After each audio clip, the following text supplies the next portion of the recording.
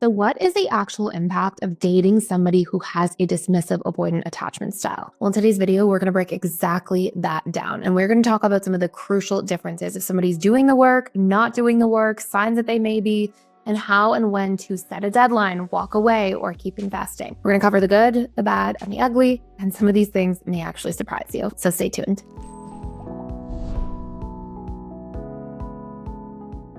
So in this video, I want to take you through the impact of dating a dismissive avoidant attachment style and also give you some strategies for what you can do if you find yourself stuck in a relationship and don't see things improving.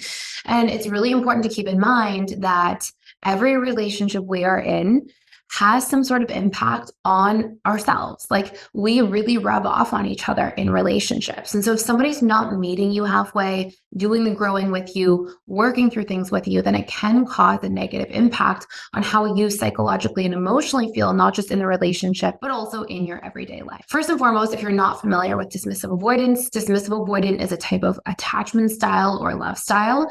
Every single person has an attachment style. There are 4 major ones. And the dismissive avoidant is the one that tends to be the most avoidant in relationships. They may fear commitment the most, fear opening up the most, struggle to be vulnerable. And a lot of this is not their fault. It comes from a lack of emotional connection and healthy emotional expression in childhood, being valued and validated. And it leads them to close off that part of themselves, which makes it really hard to build intimate connections in relationships, especially in romantic ones in their adult lives. So one of the first things that you want to know is that if you're dating a dismissive avoidant and if they're not working through their attachment style or trying to meet you part way, then it can cause you to feel disconnected and alone in the relationship. And if you're not doing something around this, so if you're not meeting your own needs, meeting your needs in healthier ways, expressing your needs to your dismissive avoidant partner and setting a deadline to see if they're going to show up and make compromises and listen to what your needs are and pay attention and be present with those things. If none of that's happening, then over time, it can actually cause you to also feel emotionally more shut off, also feel lonely while in a relationship, experience feelings of sadness, and just struggle a little bit more to feel like relationships can be healthy and fulfilling. And that, again, won't just impact you in the relationship, but also you as a human being in your friendships. It will spill into other areas of life, and it can cause you a certain degree of emotional turmoil. Now, I want to be really clear here. This is not me saying that dismissive avoidance can't change. This is not me saying any attachment style can't change, because they can. And I've seen this thousands of times with every attachment style, including dismissive avoidance. But what this is me saying is that you want to set a healthy deadline for how long you wait for change to happen while pouring into the relationship, using strategies that you see on this channel or in our courses to be able to see that needle move. And if you don't see it move, that's when you have to realize that, you know what? These are going to be some of the impacts I'm exposed to over time if this person doesn't change. So that's really what we're focusing on here in this video. And this brings me to point number 2, which is if you're not seeing your needs met, and if you're expressing them and sharing them, it can cause you to really feel preoccupied about the person or relationship and distract you from other areas of your life. I've seen many people over time, especially more anxious leaning love or attachment styles. I've often seen more anxious leaning individuals get so preoccupied and fixated on their more avoidant leaning partners and relationships that they don't focus on their career goals. They don't focus as much on how they can enrich the relationships with their children. They don't focus on like what makes them feel happy, what would make them feel more fulfilled in their lives, in their family relationships, because they're so preoccupied with their unmet needs over here. But rather than like setting a deadline and seeing if the needle's moving and trying to express their needs more, see them through, build healthy patterns of acknowledging each other when we do meet each other's needs. Instead of doing that work, they just stay fixated on what's not working.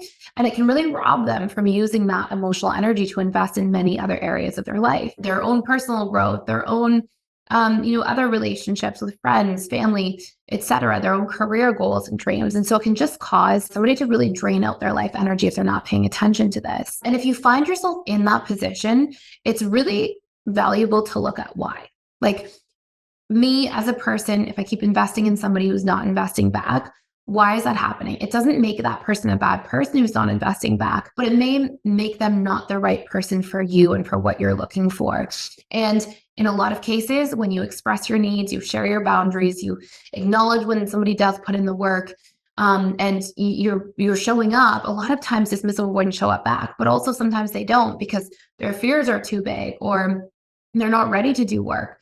They're not ready to be vulnerable. And if you're in that position, why have you listened, or why have you not listened to that, right? Why have you not taken that person's actions and seen, like, if you're not being fulfilled, if you're not happy, why do you keep sticking around? And it's worth looking at how much self-love you have, because we tend to put up with in other people and other relationships how we treat ourselves. It tends to mirror and reflect back to us our subconscious comfort zone and what feels familiar to us, what feels comfortable to us in terms of what we think we're worthy of and deserving of, and how we treat our own feelings and needs tends to be what we're okay with accepting in terms of how other people treat our feelings and needs. So it's just an important point to sort of pay attention to, especially if you're feeling impacted by the relationship not being the way that you would hope. And if you're not seeing the needle move despite having important conversations. And if you're struggling to self-love, you can actually check out, we have a self-love course you can check out for free for 14 days that actually teaches you how to improve your self-esteem, learn what your needs are, meet your needs, and feel empowered, not just in the relationship to yourself and being compassionate to yourself instead of beating yourself up all the time or being unkind to yourself and your thought processes and internal dialogue. It teaches you how to move through all those different things, and it will actually change your set point of what you're willing to accept in relationships. Okay, so this brings me to point number 3. It can actually cause you to feel closed down over time. If you're with a dismissive avoidant for a very long period of time, and again, I want to be really clear, some dismissive avoidants show up, rise to the occasion, do the work, and you grow and become secure together.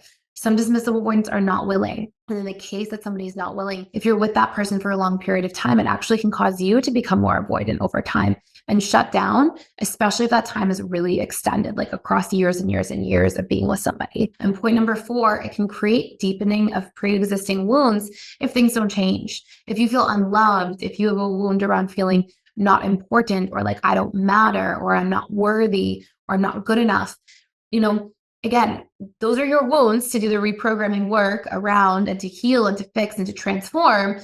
But also, if you're constantly exposed to somebody who's reinforcing those wounds by not showing up, then that can also cause a deepening, because the subconscious is programmed through repetition plus emotion. So whatever repeated exposures we have to things can just fire and wire more neural pathways from that perspective.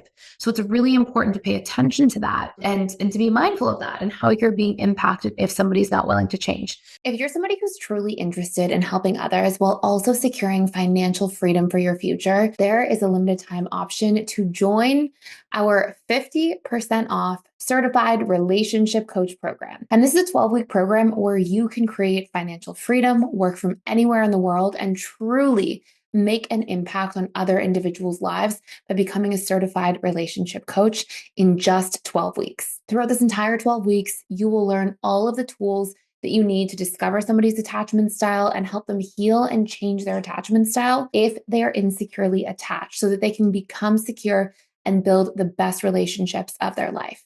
On top of that, you'll learn all about the subconscious mind and how to actually rewire our painful limiting beliefs, our painful behavioral patterns, and help your clients learn their relationship needs, as well as the needs of their loved ones. You'll also learn how to build a thriving coaching practice and set yourself up for long-term success. You'll learn all of the business tips and tools you need to build funnels, leverage marketing strategies, and really thrive in the marketplace. Even if you have absolutely no coaching experience, this certification will give you everything you need starting from scratch to become a thriving relationship coach. You can find more using the link down below. So again, some dismissive avoidants do, and they're incredible, and they show up and the needle moves and it deepens the relationship. Some don't.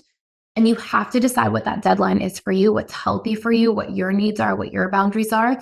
And if you're really struggling, you can check out that self-love course. It's for free for 14 days using the link below. It will help you have that breakthrough in your self-esteem, self-awareness, and self-understanding so that you can really create those standards and uphold the standards that you're needing and looking for in relationships once and for all, and that will create more fulfilling connections. So I hope this makes sense. Thank you so much for watching and for listening and for being here. If you enjoyed this content, I put daily videos out here about the subconscious mind, healing, relationships, attachment styles, love styles. So please subscribe and hit the notification bell if you don't want to miss any. And I will see you in future videos.